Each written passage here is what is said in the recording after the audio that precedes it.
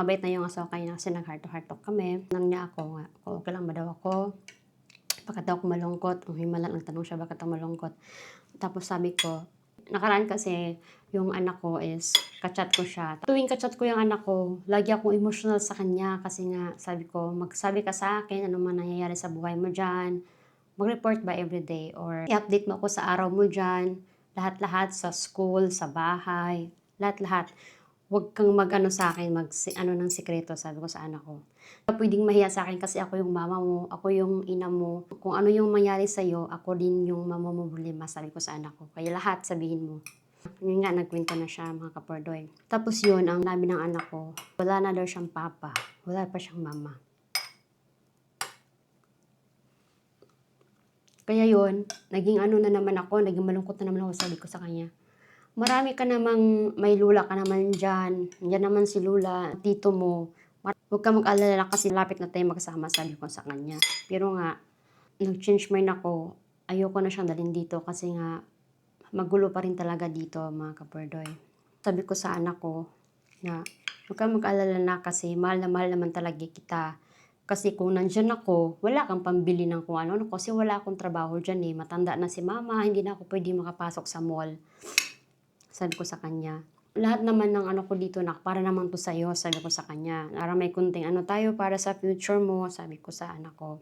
Tapos, alam ko yung feeling niya kasi ano ko siya, nababasa ko yung ano niya. Sasabi niya, kasi kahit maldita ka, sabi na anak ko, kahit maldita ka, mahal na mahal mo kasi ako, sabi niya.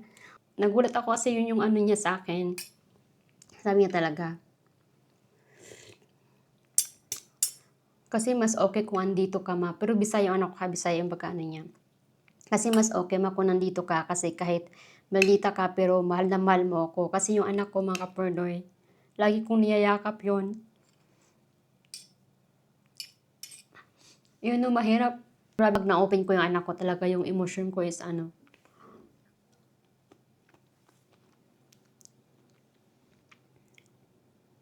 Kasi nga, puro na lang akong pangako sa kanya ba, pero hindi pa rin kami nagsama ganun.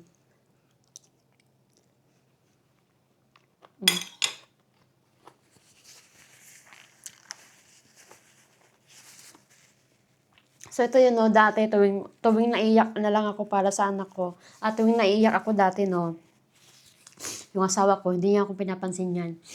Kaya dati talaga nung una pa kami nagsama, talagang grabe ang stress ko noon. Nakaraan din, grabe, mas malala yun kasi nga, biglang bumaba yung timbang ko. Pero ngayon sa awa ng Diyos, okay na yung timbang ko. Kasi nga, nagbago na yung asawa ko eh.